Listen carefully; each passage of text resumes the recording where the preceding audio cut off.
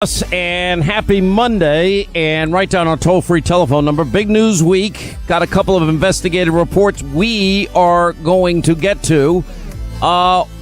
Great story. Ukrainians are now saying to U.S. prosecutors, why don't you want our evidence? I mean, think of collusion.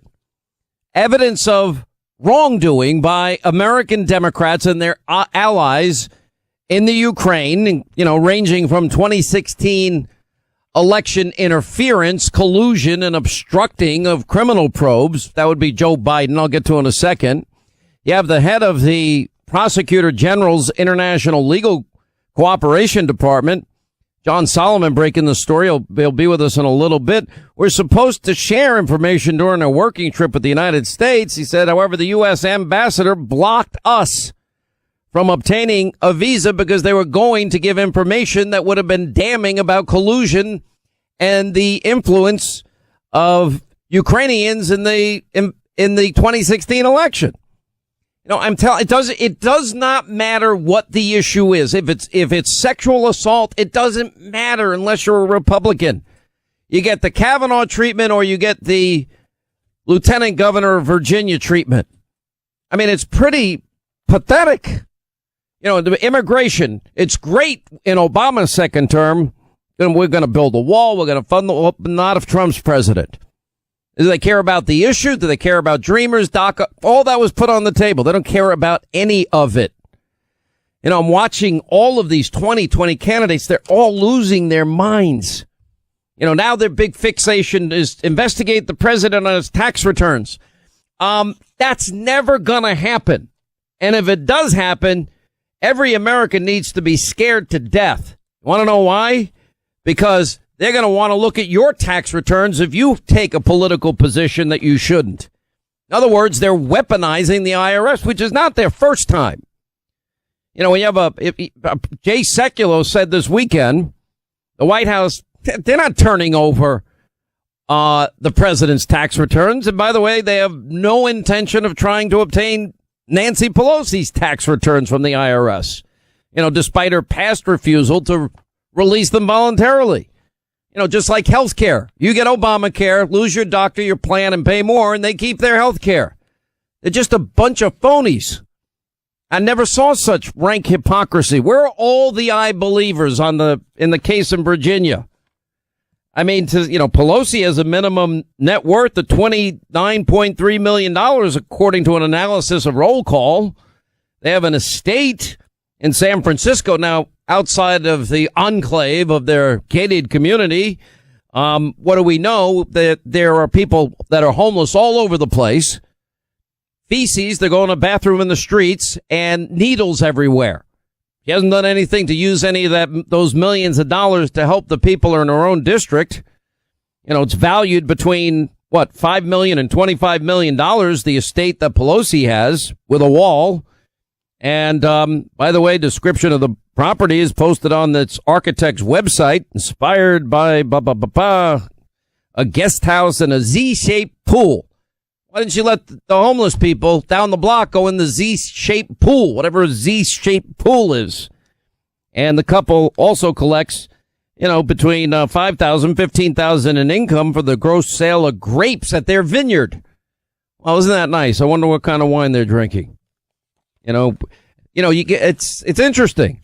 Adam Schiff, the guy on tape colluding. I won't play it now, maybe later. He still sees ample evidence of collusion. Now they've moved on. So they're not going to get anything on collusion, but now let's try and get Trump's tax returns. We'll move on to the next issue, the next fixation, the next attack. They don't care about collusion. They don't care about sexual assault. They don't care about people like they say they do. They only care if they can use topics even as serious and significant as, look at the case in Virginia as rape and violent sexual assault. They can't bludgeon Trump or a judge for the Supreme Court or anybody that likes Trump, then why bother? Nadler saying, well, the Mueller report, there could be grounds for impeachment. We don't think it rises to the level. They never want this to end. They never cared about collusion. Never mind that you have to, with obstruction, prove intent Never mind, there's no underlying crime because Mueller was quoted in Barr's letter. No evidence of any collusion of any type. It's so interesting to watch even Obama expressing concerns about this radical move to the left. And he went out there this weekend saying, well, it could end up undercutting allies in the Democratic Party. Is that something? And one of the things I do worry about I'm not worried about what he's worried about. Anyway, and progress. One of the things I worry about is American progressives in the U.S. That's his whole party. He was the first one that went that hard left. Bill Clinton was not that hard left. He tried to be for the first 2 years of his presidency. And he got a shellacking in the midterm, and Newt Gingrich and Republicans came to power for the first time in 40 years, and he thought better of it. The era of big government's now over. Let's do the end of welfare as we know it. Slick Willie. So, but this is your new modern Democratic Party. I was watching over the weekend. Bernie Sanders wants incarcerated prisoners to vote. Democrats are pushing hard to get rid of the Electoral College. And you're saying, well, why not have the popular vote? Well, if you go back as we did last week and you read our framers and our founders, they were very adamant about protecting the states and their rights and not being gobbled up by big cities like, New York, D.C., Los Angeles, San Francisco, or states like New Jersey and Illinois, because they'll decide every election if you're going to move to the popular vote. And let me tell you how that's going to end. That's going to end with states saying, you know what? See you later. And it won't be the United States of America anymore. Why is it that they want prisoners to vote? Why is it they want open borders? Well, I know that there are some, maybe even Republicans and business people, they want cheaper labor. How about putting Americans to work now? How about Americans, if we have openings, and we kind of do right now, for additional workers, sure, but they got to come in legally. They got to be vetted. They got to take care of themselves while they're here. So they want to get rid of the Electoral College. They want to stack the Supreme Court. Prisoners now can vote. They want to knock down any border walls, I guess hoping that anybody that comes into the country that might need government aid is going to love the new Green Deal that will pay you money whether you work or you don't work, or guarantee you health care in New York City under Comrade de Blasio, or, the United Socialist Republic of California under Gavin Newsom, which is offering anybody, legal, illegal, wherever you come from, free health care. My advice is if you get sick, go to California. They don't care. They're offering that as an incentive. Go visit, find a good hospital, maybe USC, maybe UCLA, get your medical treatment and go back home. Gavin says it's free. You don't have to be a resident. You don't even have to be in the country legally. A party that is now clinging to during birth abortions and after birth abortion even, will deliver the baby, make the baby comfortable, let the mother decide. Why do they want to stack the Supreme Court? Because what they could never win at the ballot box, what they could never get done legislatively, they want the courts to do.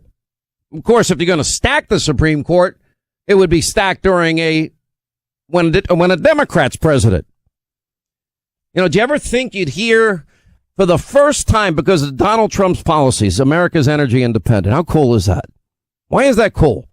Well, it's good, number one, because the energy sector pays a lot of money.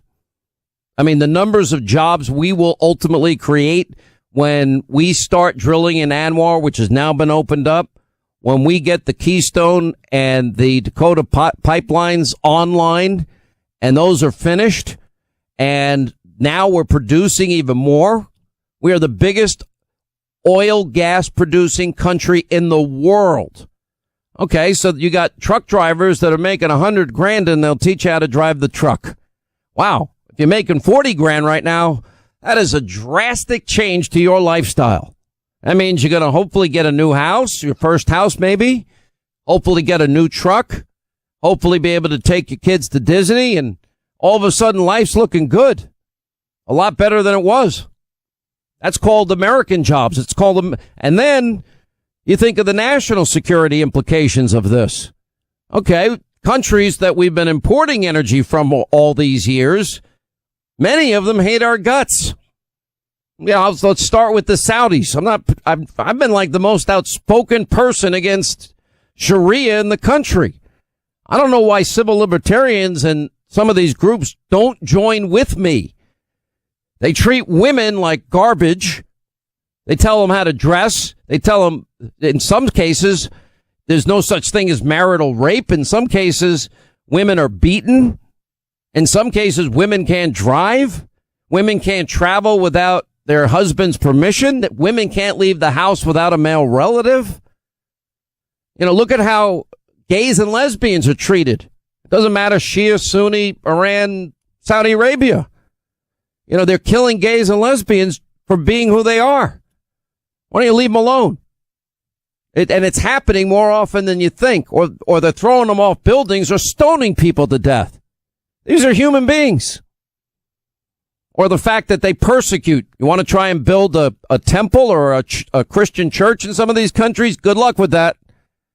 No, you're persecuted if you don't believe in their views. You don't hear a boo out of Democrats that claim they have a monopoly of compassion for all these groups.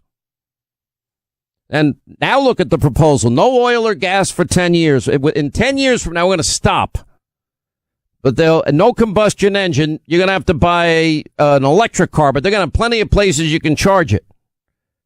And then, of course, you're going to be guaranteed your government job. That's only if you're willing to work. You'll still get the benefits if you're unwilling to work. Your government Medicare for all, but you don't get any choices of private insurance. You will take what they give you, and it will fail. Guaranteed. Then we're going to end up like the health system even in Great Britain. Oh, well, you know, the life expectancy for somebody like yourself, ma'am, is, well, you've already passed your life expectancy. You're not eligible for a hip replacement or a knee replacement. Well, what if that person's about to live 20 more years? And that's what happens. We'll get rid of the combustion engine. Great. We're going to get guaranteed government jobs, guaranteed healthy food, guaranteed vacations, guaranteed health care, guaranteed retirement. We're going to, and the goal is as soon as we can to eliminate cows and airplanes too. And we're going to build high speed rail. Oh, are you going to build it across the pond to Europe or under the pond? How are you going to get that to Asia? I'm just curious. Where's that going to be built? How are we going to get to New Zealand and Australia? This is insane. And I'm watching all of these people this weekend. They cannot help themselves. All right, we got a lot to get to. 800-941-SEAN, toll-free telephone number. We have Kirstjen Nielsen has been fired. A lot of people now, I guess, pleading guilty in that college admission scandal issue, including Felicity Huffman, I guess, has pled guilty. I think she was the one that did the least amount. I think it was only like $15,000. I don't think she put a picture of her kid playing a sport that the kid never played. Imagine taking your kid's picture. You know, I mean, and some people don't seem to care. I read an article today about it. I'm like, well, I just happen to know a lot of college athletes, and, you can check my daughter's tennis record out from when she's 7. My son when he's 9. I mean, there's a lot of traveling, a lot of states, a lot of bad weekends. Well, there's sometimes. Yeah, some good ones, too. All right, 800-941-SEAN, toll-free telephone number. You want to be a part of the program. Hey, listen, you know how much I love My Pillow. I fall asleep faster. I stay asleep longer. Then it comes the My Pillow mattress topper. I'm thinking, wow, it's like My Pillow for my whole body. Well, it even got better. I didn't think there's no way it could have gotten better, but it did. Mike Lindell, it's his passion. He wants you to have the best sleep of your life. Now, they've got brand new Giza Dream bed sheets. Now, it's made from the world's finest, best cotton, and Giza is only grown in a very small region. That's where the Sahara Desert, the Mediterranean Sea, Nile River all meet to create the ideal weather conditions for growing cotton. Ultra soft, it's breathable, extremely durable. These Giza sheets now are available in a variety of colors. They come with Mike Lindell's 10-year warranty, 60-day money-back guarantee. First night you sleep on those sheets, you're never going to want to sleep on anything else. Right now, you get 30% off, free shipping. MyPillow.com, promo code Hannity. or call 800-919-6090, promo code Hannity. A lot to get to. Glad you're with us. Happy Monday, Sean Hannity Show. The far left of his party, he even discussed assimilation. I've used the term, once you come in the country legally, and if you speak a different language, the most important thing, I think, because the language of success, we don't want anybody to not have access to all that we have to offer. So English, in that sense, is the language of success. You want people to have that advantage. If they can't speak it, you want them to learn for their own benefit, so that they're not going to not get a job because they don't speak English. But if a Republican said it, God help you. I've always said it's the language of success. By the way, there is Ocasio-Cortez. I have no idea what she's up to, but she's very sensitive to all criticism now. And literally, she was featured, I guess, everybody was over at Al Sharpton's National Action Network, all saying they're for reparations. Anyway, she was featured earlier in the day. She said people campaigning against the Amazon campus are financially illiterate, said Tracy Maitland, President Chief Investment Officer of Advent Capital Management. You know how many jobs we're going to be creating? High-paying, on average, $150,000 a year jobs? Goodbye. Now, New York was overpaying for it, but New York is stupid. Now we'll see what state those jobs landed. The top of the hour, 800-941-SEAN, if you want to be a part of the program. I just go over this list and you're thinking, wow, prisoners voting in prison. Goodbye electoral college. Let's let New York, New Jersey, and California decide every president. Dumb. You're not going to have a United States at that point. During afterbirth abortions. I can't even believe I'm saying those words. But we played it enough. You've heard it yourself. Then you got open borders, no walls. Let's stack the Supreme Court. We will tell you how to run your business, Ocasio-Cortez said. We'll tell you. Oh, and we're going to tax corporations at a 90% top marginal rate. Okay. What do you think? What business is going to build anywhere in America with a 90% top marginal rate? Nobody. And people are in business to make a profit. I know that's horrible, but how do they make a profit? They make a profit if they create goods and services that we, the people, want, need, and desire. If you didn't want whatever it is they're selling, they'd be out of business. If you didn't want their service, you'd be out of business. You'd be painting your own house, maybe cutting your own lawn, or maybe doing your own plumbing, building your own house. Good luck with that, because it's not going to be as nice as the one you're probably living in. But that's capitalism. Now, you take away the incentive that people are going to make a profit if they work really hard and offer you the best price, best service they can and build a reputation. And maybe over time they get themselves a nice house. And they're able to buy a nice car, and they're able to pay for their kids to go on vacation and eat dinner and maybe pay for college, which, by the way, is not cheap anymore. This is it. And then we're going to tax individuals at 70% top marginal rate. All right. What does that do? Oh, top marginal rate at 70% means, all those people that left New York, California, New Jersey, Illinois, and then they're headed to Tennessee, Florida, and Texas and the Carolinas and other low tax states. Yeah, they'll probably, if it's nationwide, they might leave the country now. And they're going to take their money with them. Then we're going to have a wealth tax, according to Elizabeth Warren. Great. We tax you, and then if you saved enough, we're going to come back and take another big chunk of whatever you saved, because you saved too much. And then we're going to use that to pay for guaranteed daycare. Then we'll get rid of oil and gas, the lifeblood of every economy. You think about, you want to stop Putin? You really want Russia, the hostile regime, Putin, a hostile actor?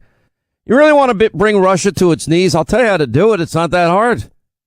Well, we've got more energy resources in this country than all of these other countries combined. Right now, when Merkel made this, billion plus dollar deal with Putin on energy, I'm like, why are we allowing that to happen?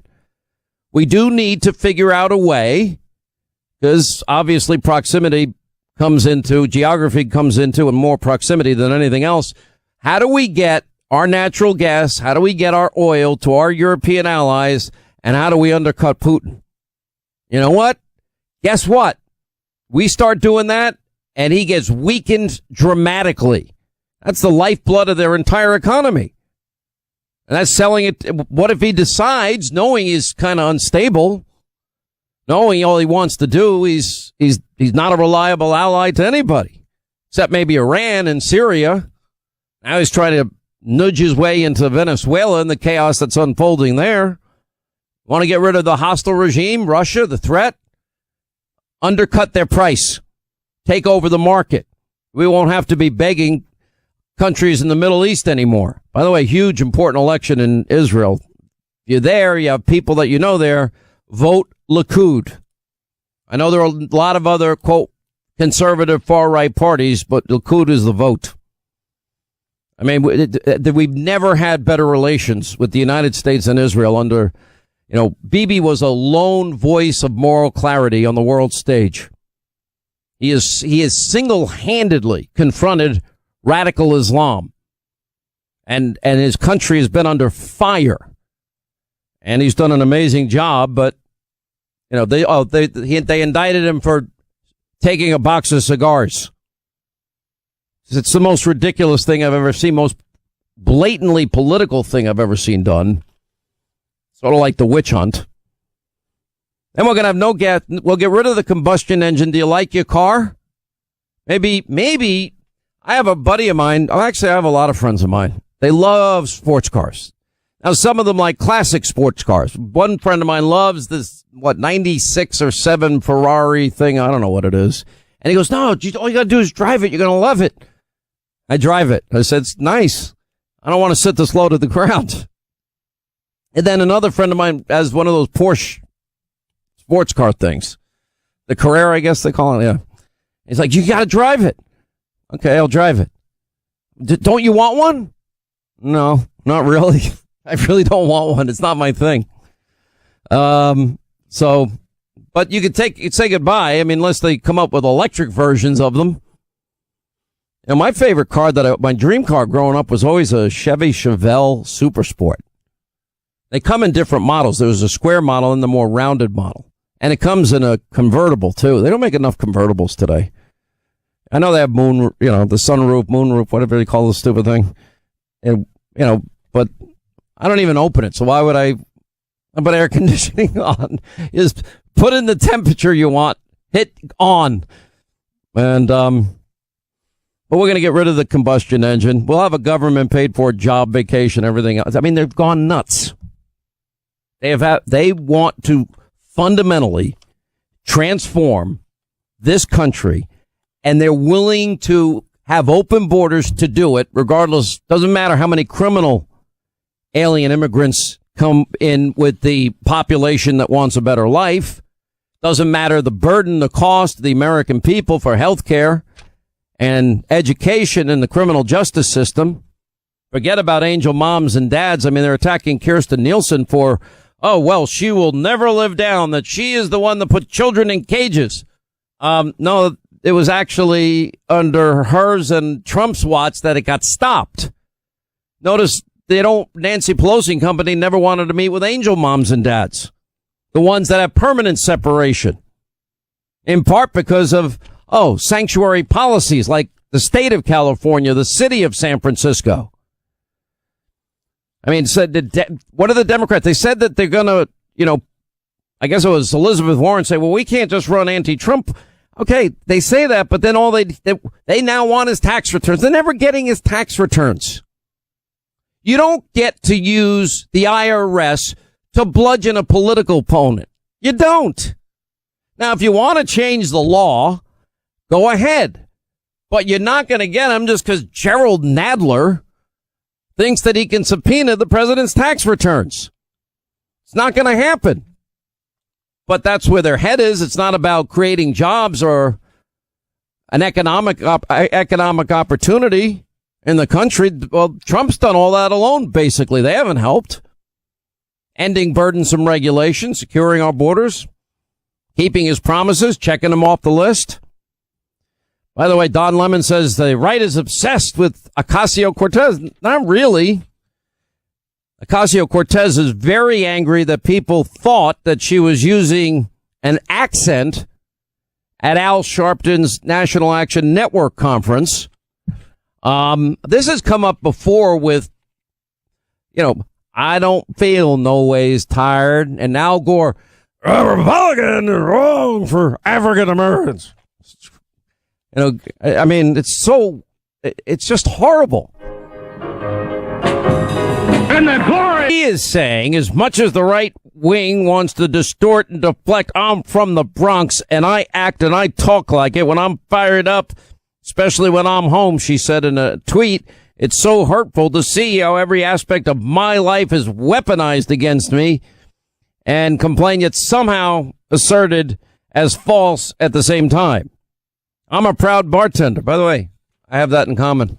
I was a really good bartender. I had to move when I was a bartender.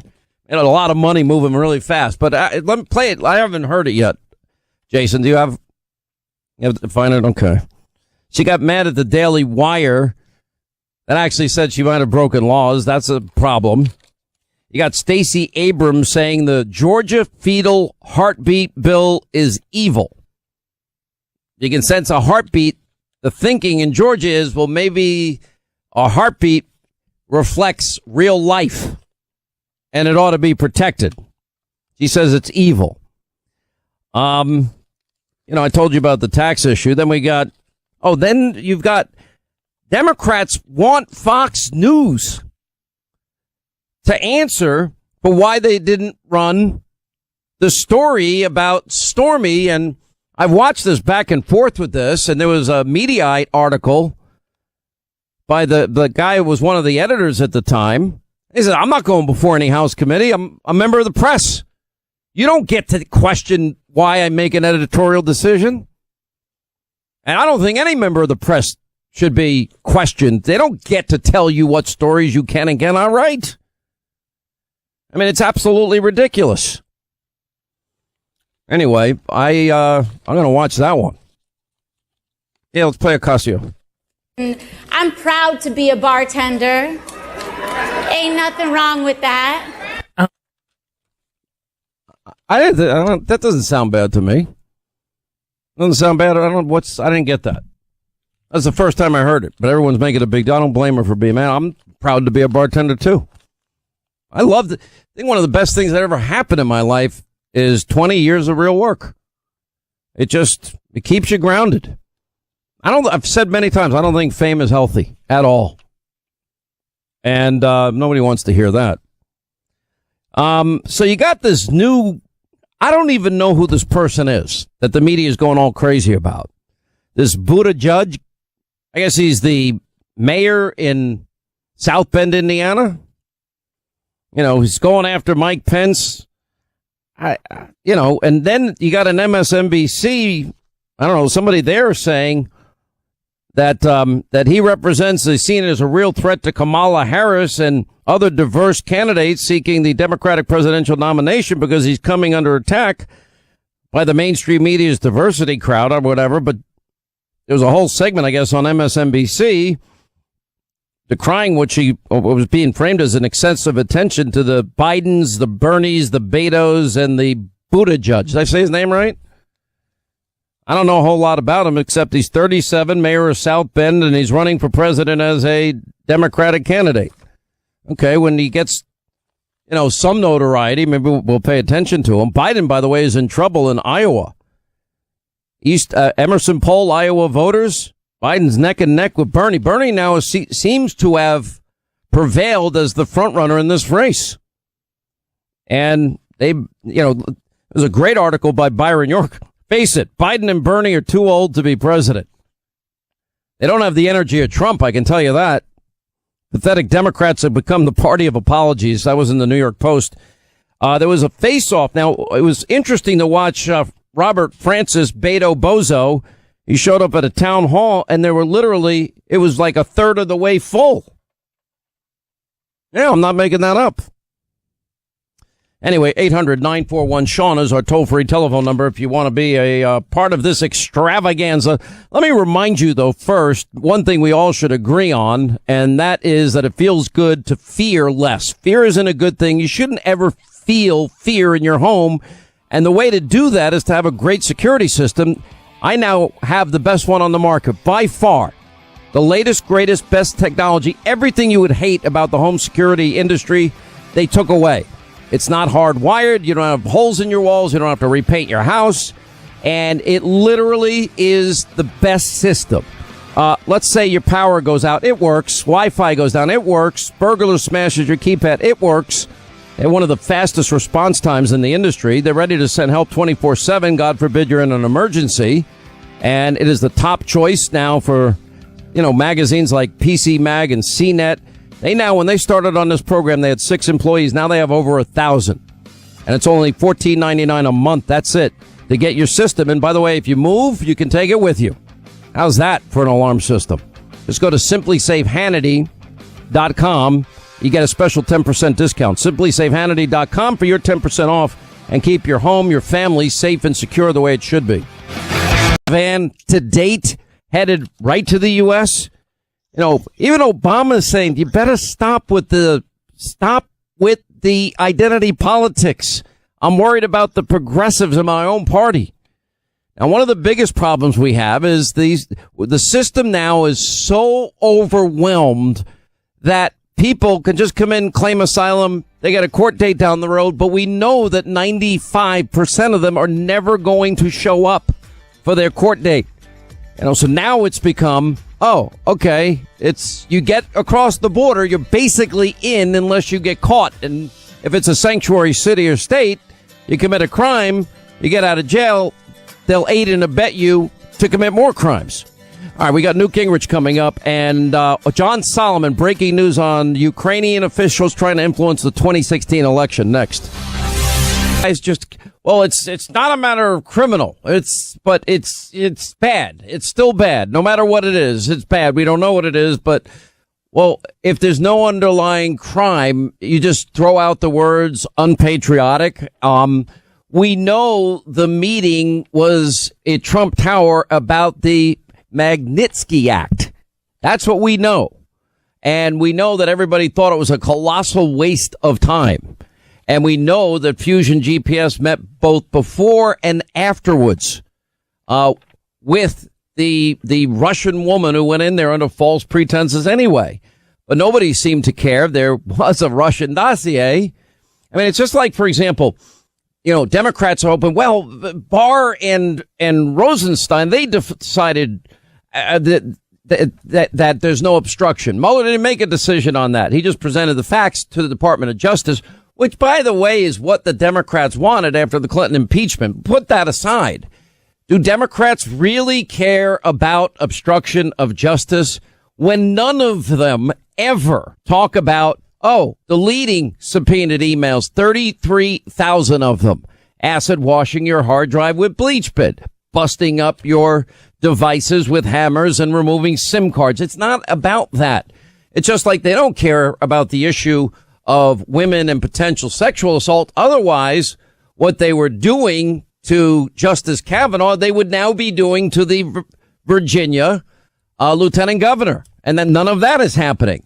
If they cared about walls and dreamers and DACA and furloughed employees like they did in the second term of Obama, they would have been out there supporting President Trump. But they don't want that either. So we have a great hypocrisy. Now, another question is, now that we know an FBI investigation has shown this, 2 congressional investigations, the House Intel Committee, bipartisan Senate committee, and now the Mueller report have unequivocally said no Russia collusion, no evidence of collusion.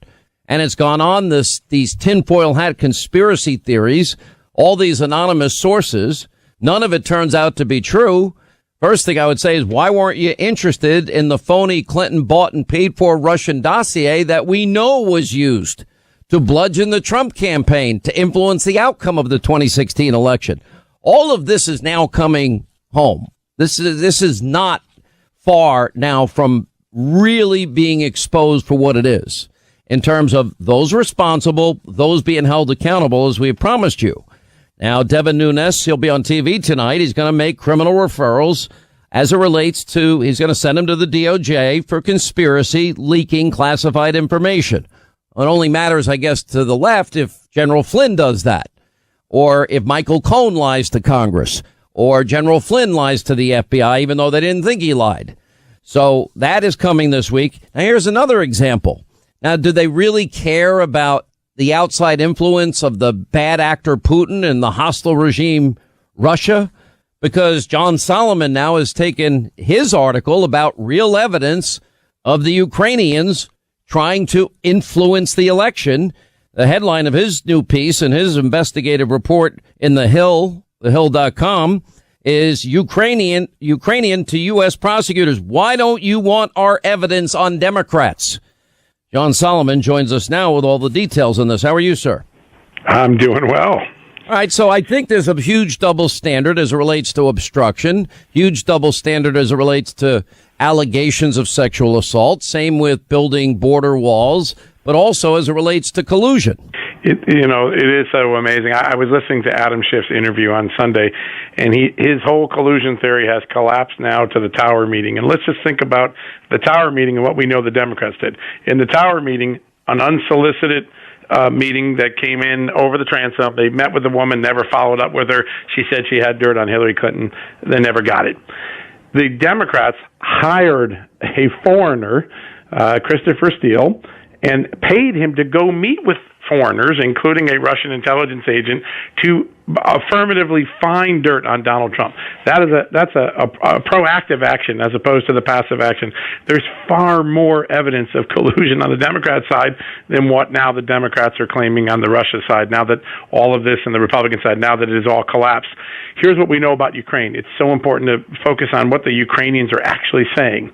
They are saying they have a videotape of the head of their FBI, the Naboo, admitting he tried to influence the election to help Hillary Clinton win by leaking some documents on Paul Manafort. They have affidavits from two senior government officials admitting that they worked in concert to try to help Hillary Clinton win the election. They have $3 million changing hands in 2015 and 16 to Joe Biden's son. They have correspondence showing both the State Department and the U.S. Embassy in Kiev were interfering or applying pressure to stop Ukrainian authorities from pursuing some of these allegations. And this is the new one that I have today. There are contacts between Democratic figures in Washington and Ukrainian government officials, some of those through the embassy in Washington, that were designed to pass along dirt on Donald Trump. That's a lot of collusion, a lot more than what Bob Mueller found on the Russia Republican side. Well, I mean, this is all out here and now available for everybody to see. And I think the details of your article are pretty stunning. And I think that, when you have Ukrainian to U.S. prosecutors, why don't you want our evidence? Yeah. I think it's pretty clear. Let's say that they do get the evidence. I mean, where are they going to hand it over to the Attorney General or? That's a great question. They've tried to do that. So starting last fall, the Ukrainians sought a visa from the U.S. Embassy in Kiev to come here, and the prosecutors were not granted their visa. They weren't rejected. They just weren't given it, which meant they couldn't travel and deliver the information directly. So then they hired an intermediary, a former U.S. attorney who worked in the George W. Bush administration, to go to the Southern District of New York, the same place where the Michael Cohen investigation is currently wrapping up. And he brought an entire document of here are the allegations that they have and the evidence they could provide. Would you be interested? They delivered that last October, never heard back. More recently, the Ukrainians talked to Rudy Giuliani, the president's attorney. He was in Ukraine because he has his own concerns as a member of the Trump legal team about what was going on there and whether Ukraine dug up some of the bogus dirt on Donald Trump. And he's told the same thing again, that there's a lot of evidence over here. For some reason, the Trump DOJ doesn't seem to be interested in it. So 3 overtures in less than 6 months, and yet none of this evidence has yet to change hands. And I think either someone in Congress is going to have to go over to Ukraine, or the new Attorney General has to get briefed on this and make a phone call to his counterpart, Mr. Lusenko, who was more than glad to talk to me on the record and give me the evidence and see if they can have a conversation between two attorneys general. It seems like, we actually have real evidence in this case. You have sworn statements from Ukrainian officials admitting that their agency tried to influence the 2016 U.S. election in favor of Hillary Clinton. And, it just shows you what I've been saying. I mean, on all of these issues straight on down the line, what do we know? We know one thing. The Democrats have one standard for Republicans and another standard for everyone else. The contacts between the Democratic figures in D.C., these Ukrainian officials, passing along dirt on Donald Trump. I thought that's what the whole Mueller thing was supposed to be about. Did they collude? Who was doing this? Financial record showing a natural gas company in Ukraine routing $3 million to American accounts tied to Vice President Biden's son. Right. Yeah, add that to the issue he has with China flying on Air Force Two, and again, millions of dollars involved in a deal while his father is in China. It's beyond the pale to me.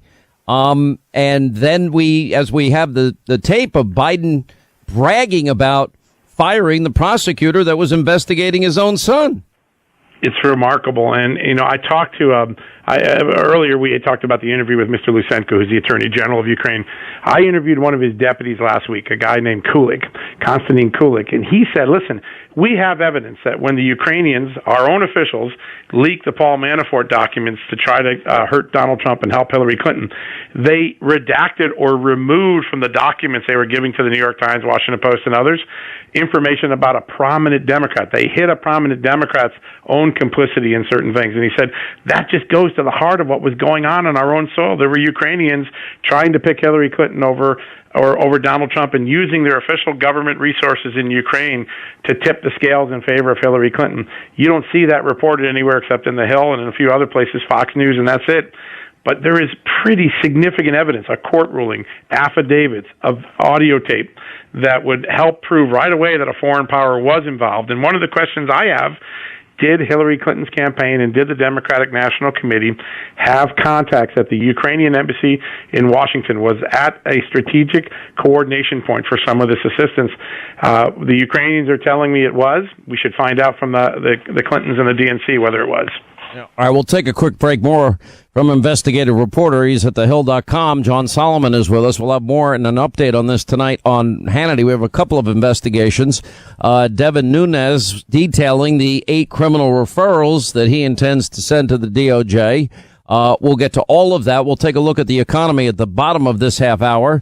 And Newt Gingrich will check in on all of the radicalism in the Democratic Party, and we'll take a look at their 2020 candidates. 800-941-SEAN if you want to be a part of the program. All right, imagine for a second I spent the first few minutes of this show sharing my driver's license number or financial information or my social security number, with all of you. I know it sounds nuts, and I'd never do it, but when you connect to public Wi-Fi, even password protected public Wi-Fi, well, that's almost exactly what you're doing, because basically you're exposing private information that could be used by these cyber criminals. Now, that's why you need Norton Secure VPN, a virtual private network that will encrypt all of your connections, even on public Wi-Fi, so the information you send, you receive is safe from these cyber criminals that want to steal your private information, or companies that want to track your browsing activities, your app usage, or location. And by the way, you can use Norton Secure VPN with either your laptop, any mobile device, whether you're sending or receiving information,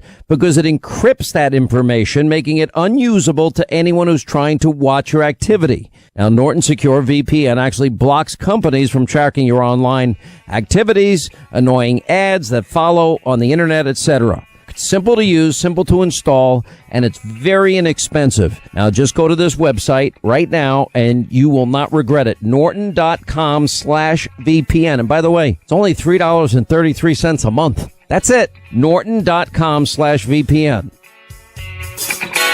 8 criminal referrals. It may be the beginning of a cascade of criminal referrals.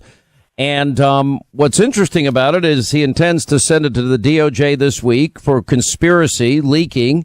A lot of this, too. A lot of people seem to have forgotten that Michael Horowitz is still investigating the FISA court and the dossier issue. And I don't know what John Huber's doing. What do you know? I can't find any sense. I wonder if he's in the witness protection program. Can't find any evidence he's been really doing any major investigative work on this. Well, I mean, the evidence is overwhelming and incontrovertible on FISA. I mean, we have the bulk of the information being the Hillary bought and paid for Russian dossier. They can't verify the dossier because its author doesn't authenticate it himself, has no idea if it's true. So wouldn't that mean that everybody that signed it committed a willful fraud against the court? All of them were warned by Bruce Orr in August of 2016. Yeah, and keep in mind, we have a pretty significant body of evidence in my columns and other places now where you can see that they actually failed to tell the court about evidence of innocence, of things about Papadopoulos and Carter Page that would have proved that they were innocent of the charges that the FBI wanted to monitor them on. It's a really extraordinary abuse, and it's amazing to me that, one, the court hasn't done more publicly to raise questions, or that the DOJ hasn't held anyone accountable yet. But I think there's another important thing that Devin Nunes said on television yesterday caught my ear. He said he sees a sprawling leaking conspiracy, meaning intelligence came in, it was distributed to a small number of people, and then leaks began to occur designed to further the narrative for the FISA.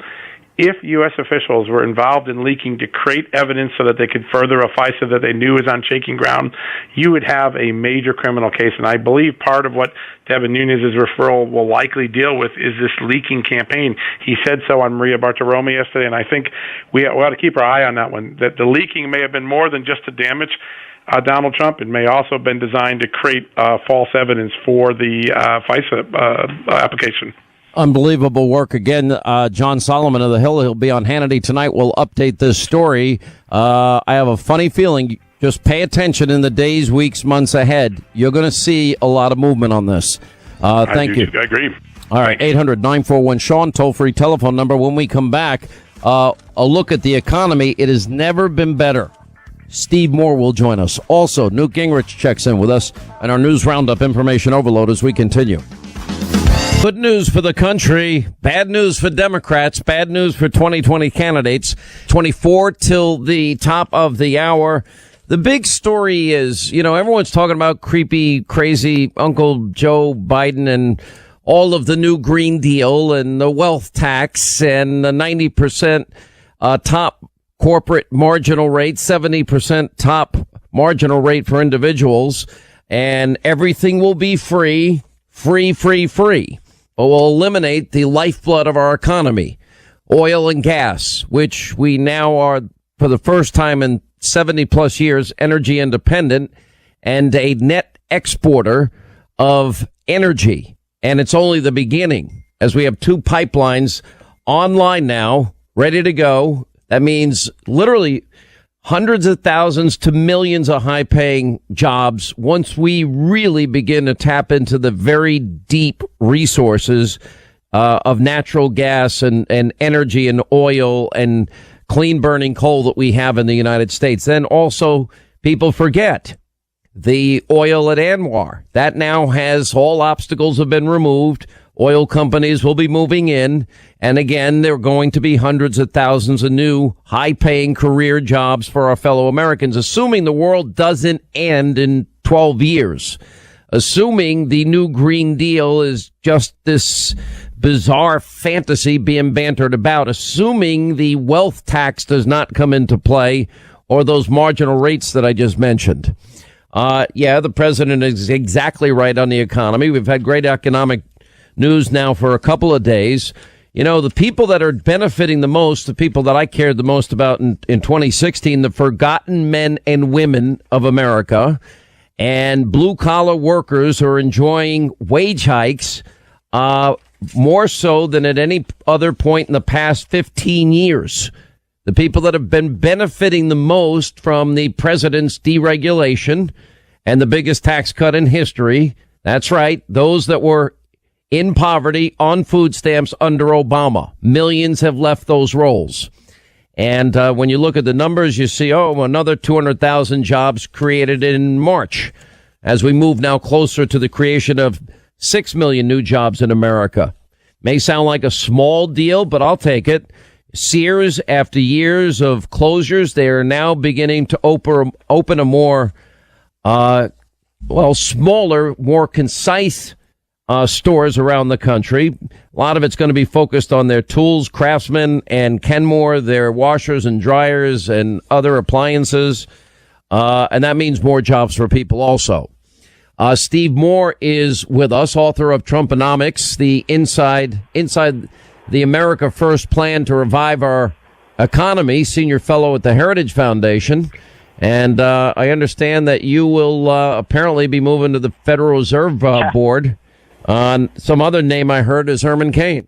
Hi, Sean. How cool is that Herman Cain has now been nominated as well? So we will be, I think, quite a team over there. And, by the way, everything you said on the economy is so spot on. And I am so proud of this president. I was privileged to work as a senior economic advisor to Donald Trump. And one of the claims about me that the left is making is, well, he's going to be too loyal to Trump. And there are things I disagree with Donald Trump about, but you gotta love what this guy has done for the economy. I saw the president 2 weeks ago, and I just said, only half jokingly, I said, Mr. President, you have to stop creating so many jobs. We don't have enough workers to fill all these jobs. And that jobs report that came out today is a blockbuster. And I'm going to give you one statistic, Sean, that just blows me away. I don't know if it blows you away. 7.6 million. That's the number of unfilled jobs in the American economy. That's the surplus number of jobs. That's bigger than the entire population of Indiana. You know what's amazing about this? Because I knew one statistic that I had been throwing around is we have 1 million more jobs at least available than we actually have people on unemployment. So it almost brings you to the point of full employment. Forget the records. I mean, it's amazing that I'll debate liberals sometimes, and I'll say, all right, well, this is Obama's 8-year record. He had 13 million more Americans on food stamps, 8 million more in poverty. And by the way, crazy Uncle Joe, creepy Uncle Joe's going to have to run on this if he gets the nomination. The lowest labor participation rate since the 70s, worst recovery since the 40s, lowest homeownership rate in 51 years. He took on more debt than all 43 presidents before him combined. Right. And the only president never to reach 3% GDP growth in his entire 2-year term, ever. And, when you look at those numbers, they say, well, he inherited a bad economy. I'm like, 7 years ago, I mean, he had time to fix all of this, but he made everything worse. Well put. And, I like to cite none other than Barack Obama himself, who I think it was about a month before the 2016 election. You remember this. I know you played on the air where Obama says, well, how is Trump going to create all these jobs? How is he going to bring manufacturing and construction back with a magic wand? Well, I think this president must have a magic wand because here's another statistic for you, John. Since the election of Donald Trump, the United States has created 1 million manufacturing, construction, and mining jobs. And it's like a U-turn. They were falling, and then Trump's come in, and they're all back big time. Well, I mean, those are the jobs that, again, that's the forgotten men and women in this country. Exactly. One of the things that I really think the president doesn't get credit for, he doesn't allow these companies to leave without getting on a phone and saying, why would you consider leaving this great country? What is the obstacle that exists within government that would incentivize you to leave? Now, and a lot of the companies, I guess it all started with Carrier Air Conditioner, they left, but now they're all coming back. When the companies now are able to repatriate their monies back to America, what is the percent on that? Around 10%?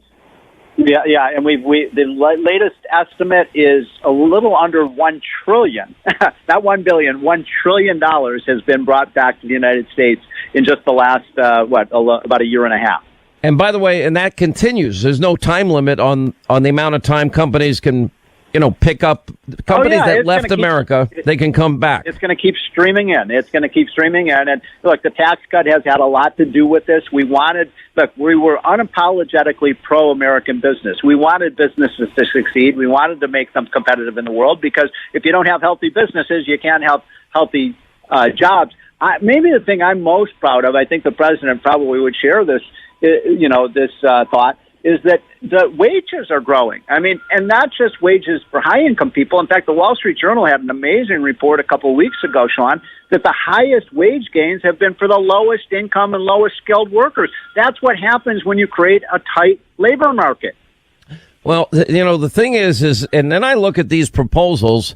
You tell me, if there's a 90% top corporate marginal tax rate and a 70% individual marginal tax rate, tell me, to me, if you want to know what's going to happen, just look at New York, California, Illinois, and New Jersey, where there is now been and continues a mass exodus of people with money that have their businesses, and they're leaving in droves. And you look at the population increases in places like Florida and Texas. The Tennessee, the Carolinas. Yep. They're leaving for these states, which, by the way, also offer better weather. And right.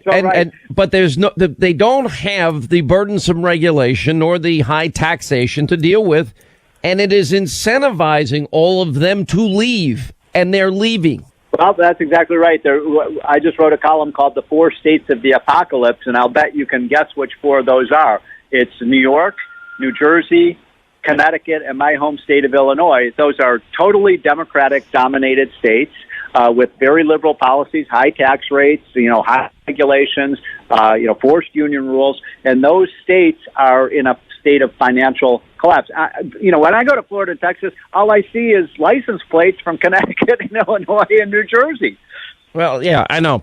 All right, so let's talk about now. We had the historic low rates from the Fed and no increases barely during the Obama years, correct? No, the rates were very low under Obama, and my concern is that the Trump. The reason I've caught some flack lately is because I was very critical, as Donald Trump was, that the Fed was raising interest rates at a time when we had high employment, the best labor force market in 50 years, high growth, 4% last summer, and no inflation. And I just couldn't understand why the Fed would start raising rates when everything is going so well for the American economy. And I've taken some flack from that, but that's where I stand. I want stable prices, but I don't see when you don't have any unemployment, you got a booming economy. Why disrupt that picture? Look, America has done well with, to me, they do it. It's almost like the Fed was helping President Obama politically. And then it almost seems like, oh, Trump's president. What do we care if it impacts the economy? That's the feeling I got. Am I wrong? Look, there may be some truth to that. But the point is, look, we have had actually slight deflation right now. I mean, show me anywhere where prices are rising, and I guarantee you talk to farmers, you talk to the people in the oil patch, they don't see any inflation. They see their prices falling. So, I'm for stable prices. I think that's the best the Fed can do, and I'm for high growth. And when I get over there to the Fed, I want to be the growth hawk, the guy who believes, as Trump, we used to tell Trump, Larry Kudlow and I, sir, we think we can get to a 3 to 4% growth rate with the right policies. And Trump, the ever optimist, would put his hand and say, I want 5% growth. I don't know if we can get to 5, but you said it. Obama never got to 3% growth in 8 years in office, and here Trump is in the second year, and we got 3% growth.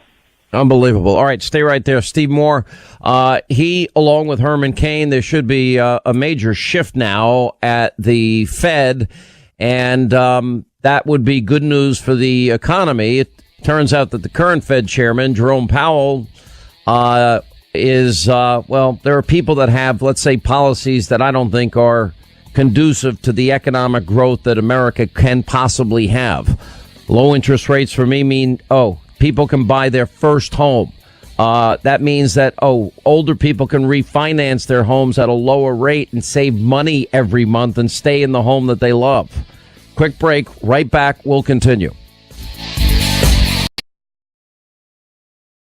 Islamists. And now with the partnership, which is the best relationship we've ever had, especially after 8 years of Obama, we've ever had with Israel. We're not dropping $150 billion in cash and other currency on the tarmac for mullahs in Iran. He has been a Churchillian figure. We're told the election's going to be close. I hope people in Israel, if you hear this, that you're out voting for Likud. Newt Gingrich is with us, former Speaker of the House. How are you, sir? Oh, and by the way, Newt has a new podcast that's out. And Newt's World, we call it. and it's on all Apple products and wherever you might go for a podcast. How are you? I'm doing well, and I think you sort of captured. I mean, it's a little hard to walk through the list and believe it's true. The Democrats have literally, I think, in a way, lost their head. They're just drifting into this mindless left wing. You know, a good example is one of the things that Sanders confused us. In Florida, the question was, once you have paid your price and once you are back out in society, should you be allowed to vote?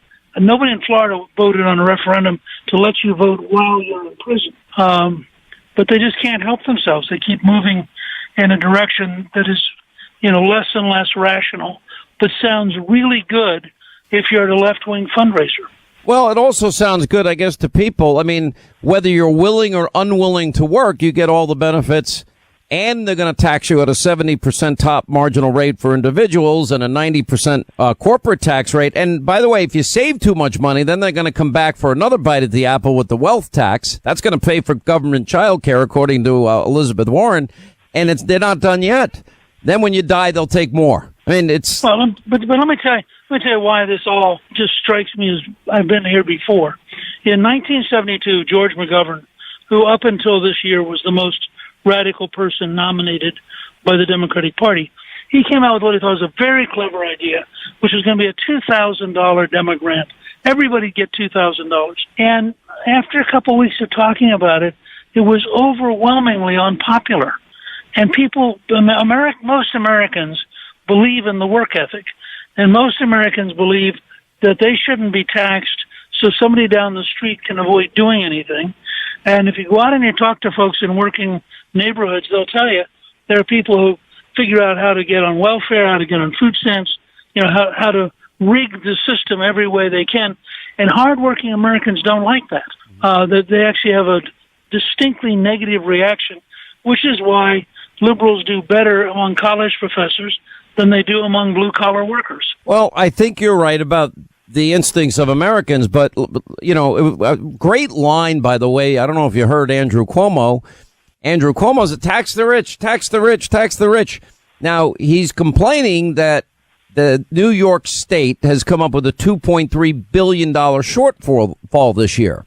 New York, New Jersey, California, all losing population.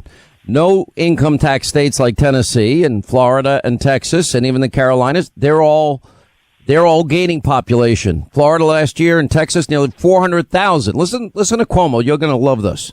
We have one of the most progressive tax codes in the United States, which is a good thing, which means the richer you are, the more you pay. However, that presents a very fragile economy, because then you are relying on a very small number of people for the vast amount of your tax dollars. 1% of the taxpayers pay nearly half of all the taxes.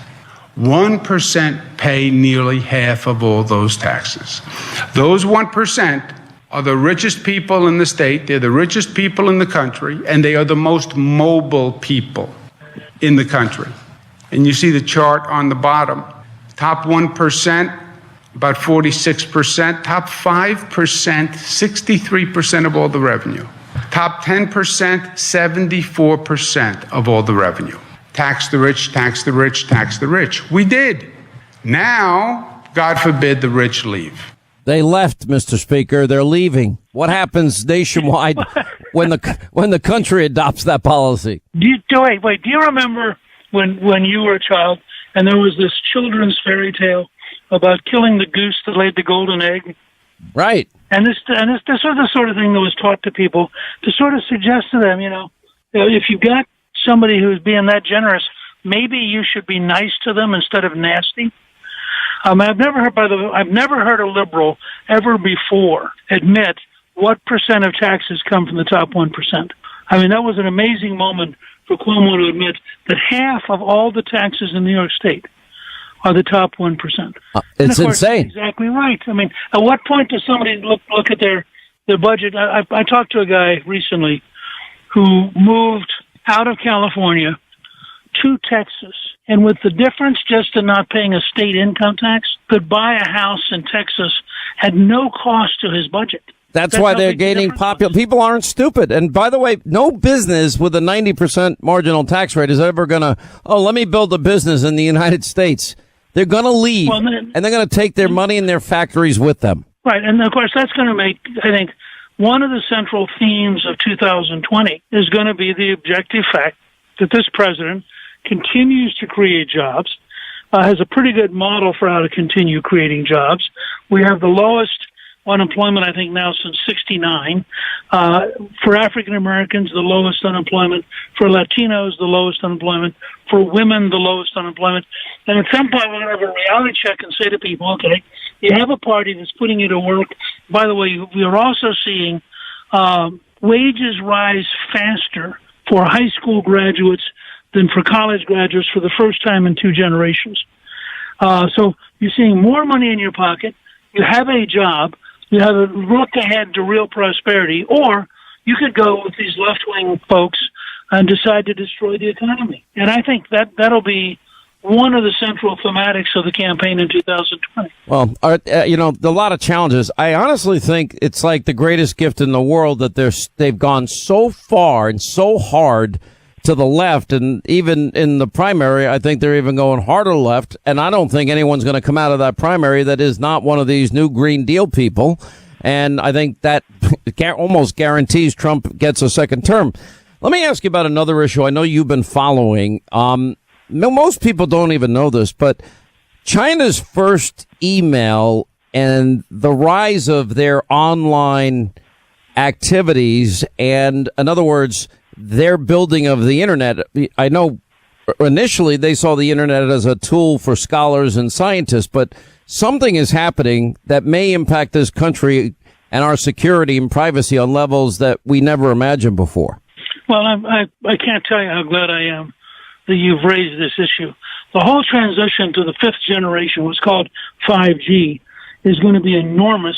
It's going to have like 1,000 times the capacity of our current system.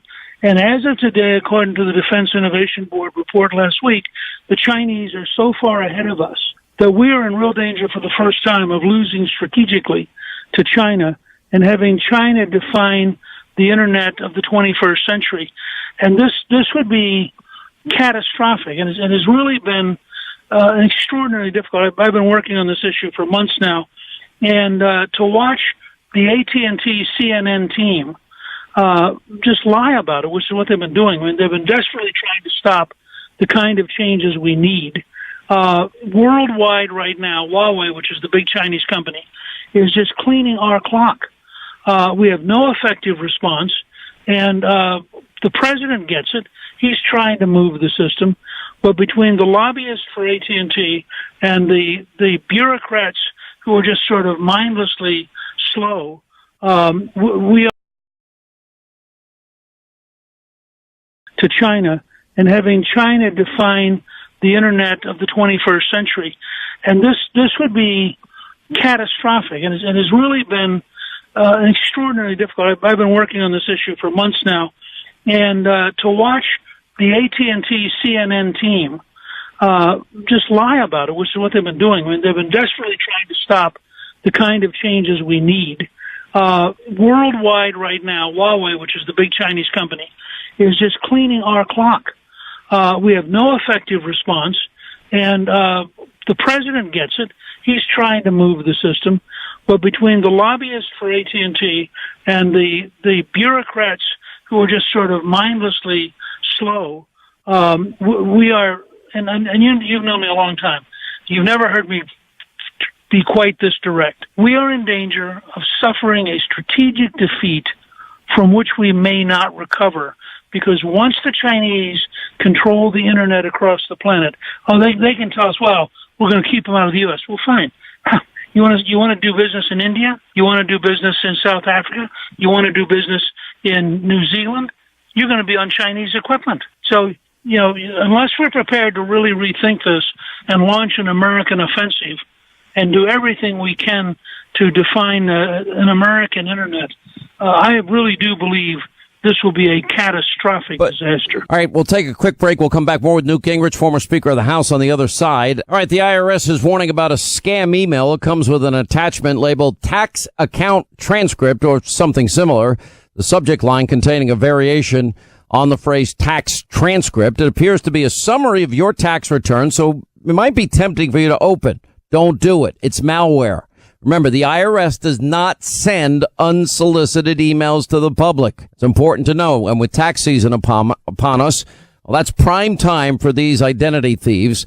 And unfortunately, cyber criminals use that information. They'll file your tax return in your name and they'll get your refund.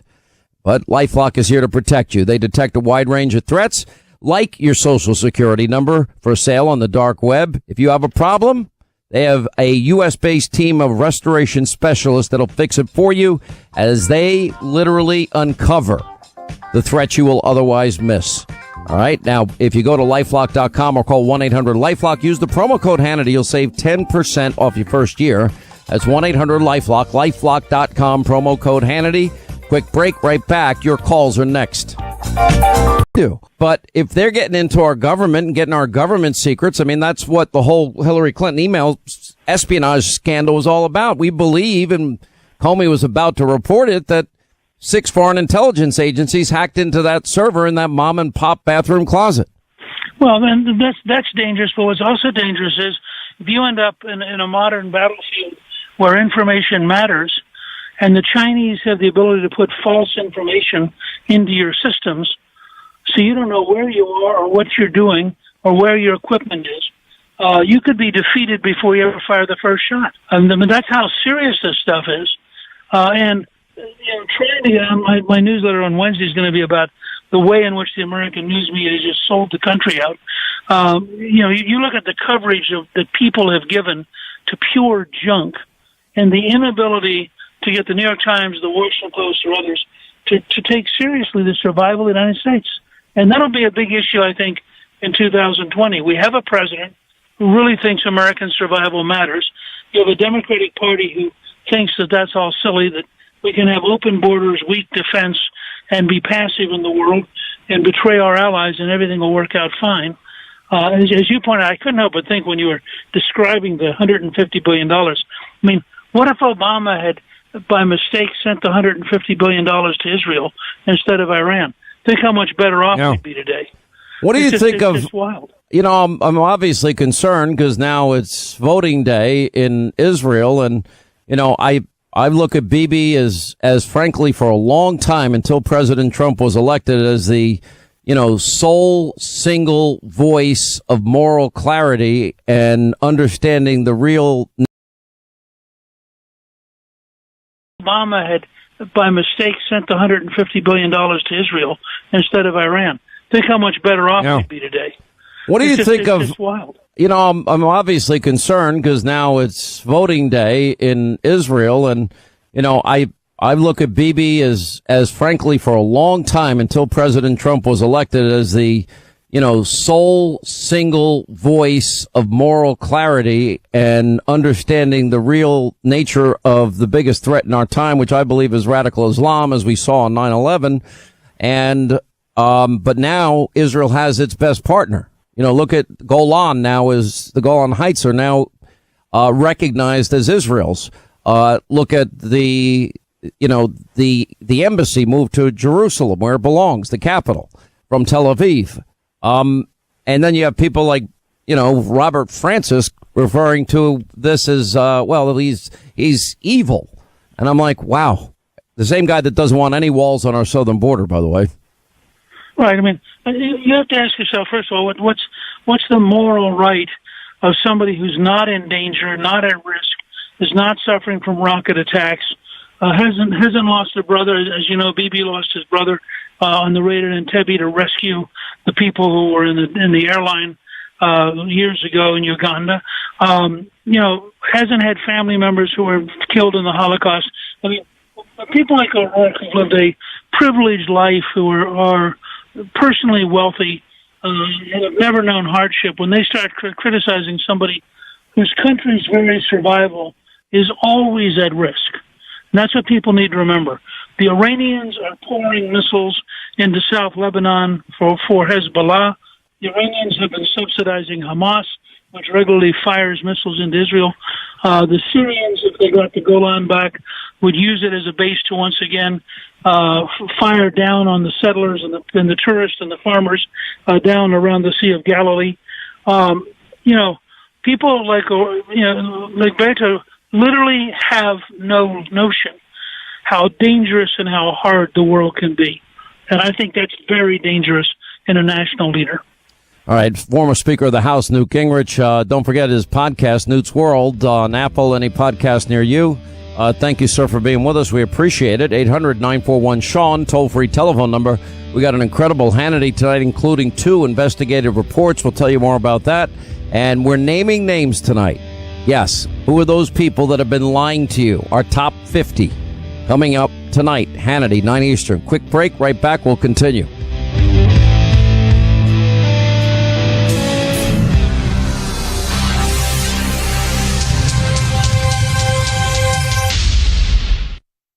This is not an offering to sell a franchise. Franchise offerings are made through the franchise disclosure document.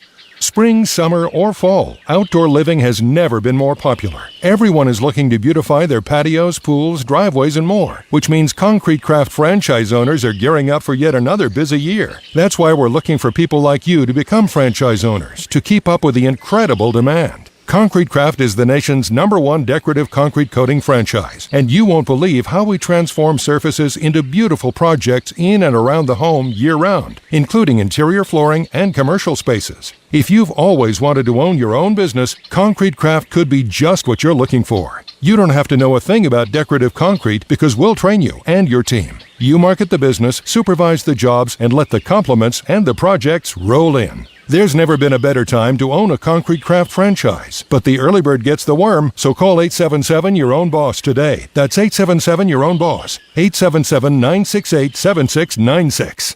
I had a lady that was in her mid-70s, and I'd sold her time. Top of the hour. I'm really getting sick and tired of the lie, which is that, Kirstjen Nielsen is responsible for the separation of children.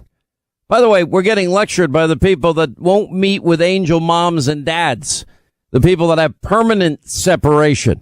We're literally the people making that allegation are the same people that want to tear down walls and eliminate ICE. Those are they don't seem to care at all about the permanent separation of 4,000 homicides in a 2-year period, or 30,000 sexual assaults in a 2-year period, or 100,000 violent assaults in a 2-year period by, yes, criminal aliens in this country. Is it the 98? No, it's the 2%. Real families, real crime. Now, the other point of this is simple. Where were they when Obama had the same policy? The person that fixed it was Donald J. Trump, the president. The person that did not fix it or lift a finger to fix it is their ever so beloved Barack Obama. And now they want to blame Secretary. She'll forever be known as this. Kirstjen Nielsen is out as Homeland Security Chief. We now know that it's going to take about 2 years to even find out the true extent of this horror, because thousands of children were separated from their families. And for the rest of her life, people will look at her and think, oh, that's the woman who put children in cages. That's the woman who broke up families across the border. And you know what? They'll be right. Because she implemented that policy. Jeff Sessions, the Attorney General, sort of created it, but she implemented it. And, she's going to get what she deserved. Remember, when it comes to Kirstjen Nielsen's service as Homeland Security Secretary, is the matter that the administration dealt with the zero-tolerance policy in the spring of 2018. It was Secretary Nielsen who said that it was not an intention of the administration to separate children from their parents. She oversaw the family separation policy, which prompted protests across the country and heartbreaking images of children in cages. And yet, at the end of the day, this administration felt like that policy was not extreme enough. That was not hard enough. And they're going to try to take it even further in the days and weeks ahead. It's just ridiculous. I mean, it's so backwards with everybody on the left. All right, let's get to our busy phones here. Let's say hi to Daniel's in Michigan. Daniel, hi, how are you? Glad you called, sir. Thank you, Sean. Okay, Sean, so California declared itself a sanctuary state, and then you have the sanctuary cities, and they ignore the federal immigration laws, and it's been that way for years, correct? Yes. Okay, so Sean, here's what stuns me. I'm from Michigan. If Michigan declared itself a pro-life state and said it's going to ignore federal abortion laws, and if Obama was president and Eric Holder or Loretta Lynch were the attorney general, Sean, I'll tell you what will happen. Within 2 weeks, if they'd sue Michigan, within 2 weeks, the federal court would say Michigan has to enforce federal abortion laws. And if Michigan didn't follow the federal judge's thing within 2 weeks, Eric Holder or Loretta Lynch would bring criminal charges against the officials in Michigan. They would last 2-3 weeks, and they would be following federal abortion law. How in the world can cities and states ignore federal immigration laws, and it goes on for months and years? Well, I'm going to tell you something. At some point, there's got to be the charge of aiding and abetting. Number one, they're ignoring federal law. I think these states now, we have to consider if they're not going to hand over, look at the case, we've had on this program. How many times have we had Steve Ronnebeck talking about his son, Grant? His 22-year-old kid was killed. He was working overnight in a convenience store. Who did it? Oh, a guy that had held a woman captive, kidnapped her, raped and abused her and assaulted her. Spent a lot of time in jail. What? They didn't hand this person over to ICE. Now he wants a pack of cigarettes for free.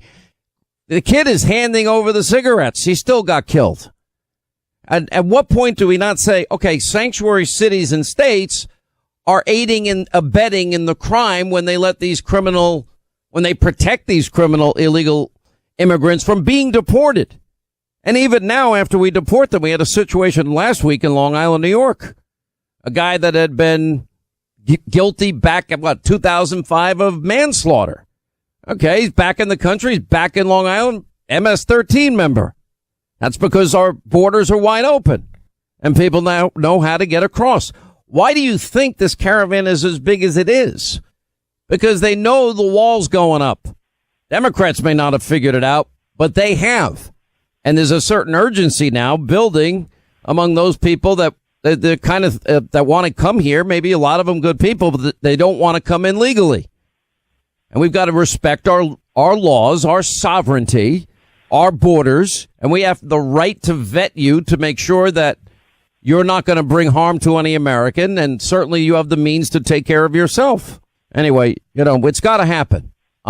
We should take away funding from those states, those cities that do this, because they are aiding and abetting future crimes. And it's fairly predictable. Recidivism rate for violent offenders is, predictable. It's high. Some people reforming in prison, many do not. All right, let's go to Dan in D.C. What's up, Dan the man? How are you? Glad you called, sir.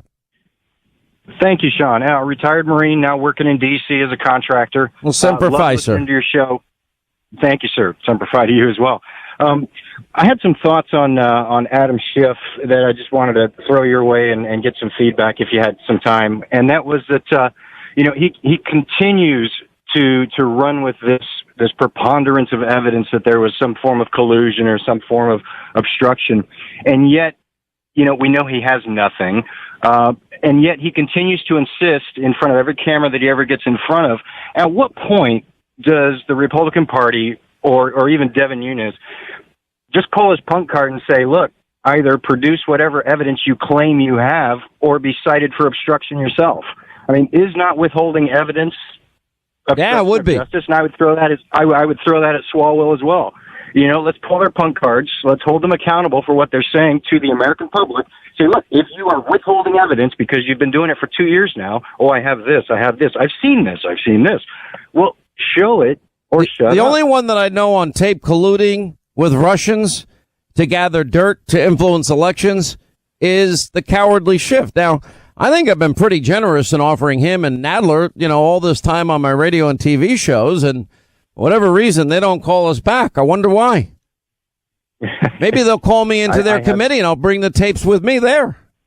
And I'll start playing them in their own words because they're a bunch of liars. And let me tell you something. if they care, look at the Ukrainian story we broke earlier.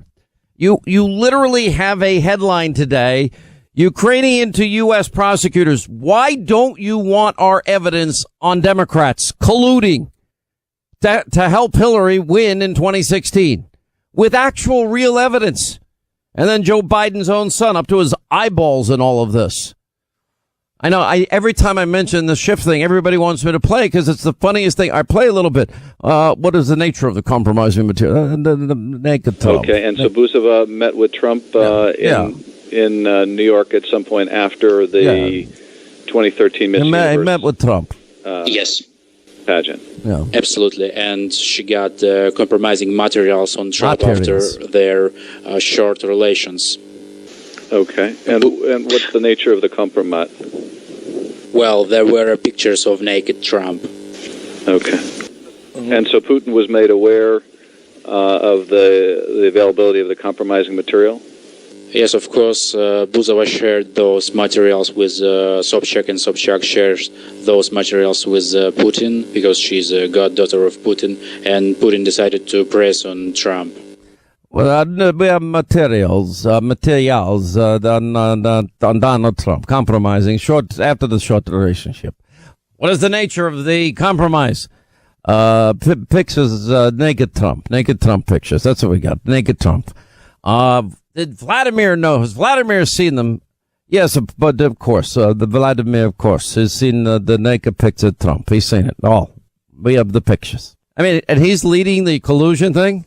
I mean, if it's not so, it is almost as funny as Alec Baldwin trying to be a radio talk show host. Now, Alec tweeted out today, and I tweeted, I think earlier today. I hope it went out. I don't actually do my own tweeting anymore. I can't even get in my own accounts anymore. I've been blocked. My team says no more tweeting. We'll do it for you. But we put up. That's interesting. This is a real tryout for radio talk show. When we come back, we have some time. Oh, great. Well, we're going to, when can we take some calls, Ivan? How about now? Whenever we want. Do we have calls that are on there now? No calls yet. No calls yet. What number do people call to get on the air, Ivan? Do we have that number? It's right there. Oh, do I have the call number in front of me? Oh, I'm so sorry. So sorry. Interesting. At 12:10 at PHT. Of course, any other questions you have, any other comments you have, call us to the, what else? Call us, please, at 215-1210. Now, if you don't call, we're going to keep reading from the Scientology manual. You might not feel it. You might not feel the energy right now. You might not feel the swell of what's happening here. Do we have any calls yet there, Ivan? No calls. Let's read some more about Scientology. Is Sean Hannity a Scientologist? Nope. Alec Baldwin posing the big questions tonight here. Do we have any calls here yet, Ivan? None. Boy, it's just incredible. Unbelievable. Well, you leave us no choice, listeners. All right. Some of you are saying that's total BS. No. That was a real tryout on our affiliate, WPHT in Philadelphia. Now, that was on the heels of a tryout at, my former station in New York, WABC. And Brian Whitman, who's a good guy, I mean, is very liberal, but I like him a lot. I mean, we used to hand off to each other, for a whole year, and I got to know him. He's a great guy, and we just don't agree politically. Brian was brought in to help him, to just, help guide him through his tryout show. He was trying out to be a host. And then me and Levin called in, and he got so angry. Come back. Alec, come back. They're gone. Alec? Alec has walked out of the studio. Alec, please come back. He is in the other room. Alec Baldwin has put on his jacket, and he has left. I just went into the station lobby to the elevator bank to see if I could find Alec Baldwin and ask him to please return to the radio show, but he is gone. Listen, I want to remind you, too, about CarShield. Look, when it comes to costly repairs, you need options. Often you're stuck bargain hunting for the best deal because it's $1,000, $2,000. That's a lot of money. and then you're going for the cheapest fix. Well, you can't put a price on your family's safety and security on the road. And that's why I have, and you really need to get extended vehicle protection from CarShield. And the great news is CarShield, they're going to make the process. If your car has an expensive repair, they will make it super easy. They'll cover the repair. You pick either your favorite mechanic, you pick the dealership. It's all your choice. They provide 24-hour roadside assistance and a rental car while your car is being fixed for free. And it doesn't matter how many miles you have on your car, maybe 5,000 miles, maybe 150,000 miles. Doesn't mean you have to pay high repair bills. CarShield administrators, they've already paid out close to $2 billion in claims, and they want to help you. So, you know what? Protect your family, protect your bank account, get the smart insurance for your car and extended coverage, vehicle coverage like I have, and protection, and call their new number. It's 800-CAR-6000. 800-CAR-6000, and mention the name Hannity, or visit carshield.com and mention my name Hannity. You'll save 10%. All right, carshield.com, 800-CAR-6000.